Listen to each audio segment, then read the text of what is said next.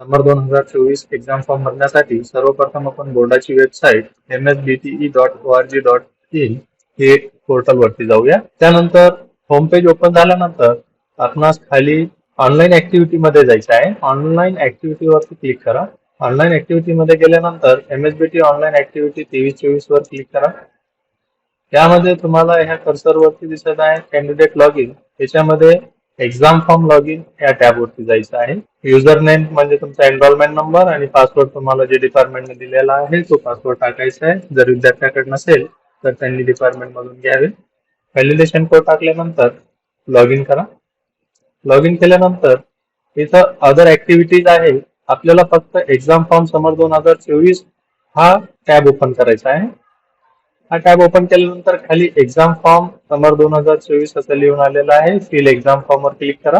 विद्यार्थी मित्रांनो, तुम्हाला इथे तुमचा एनरोलमेंट नंबर दिसेल, त्यानंतर तुमचं नाव दिसेल, मोबाईल नंबर तुम्हाला टाकायचा आहे जो की व्हॅलिड आहे, तुमच्याजवळ व्हॉट्सअपवर यूज आहे त्या मोबाईल नंबरचा. मेल आयडी तुम्हाला इथे जे करंट चालू आहे ती टाकायची आहे. त्यानंतर सबमिट ऑप्शनवर क्लिक करा. सबमिट बटनवर क्लिक केल्यानंतर तुम्हाला तुमचे जे काही सब्जेक्ट असतील, आता या विद्यार्थ्याचं थर्ड सेम बॅक असल्यामुळे इथे एक्स दाखवत आहे आणि फोर्थ सेम रेग्युलरचा दाखवत आहे. तर बॅकलॉगचा असेल तर बॅकलॉगवर क्लिक करून तो पण फिल करून घ्या. रेग्युलरचा असेल तर त्याच्यावर क्लिक करून तो पण फिल करून घ्या.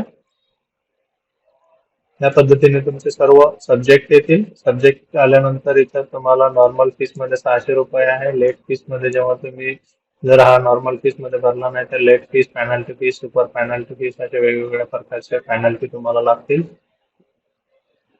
तर नॉर्मल फीस मध्ये तुम्ही हा फॉर्म सबमिट करताय.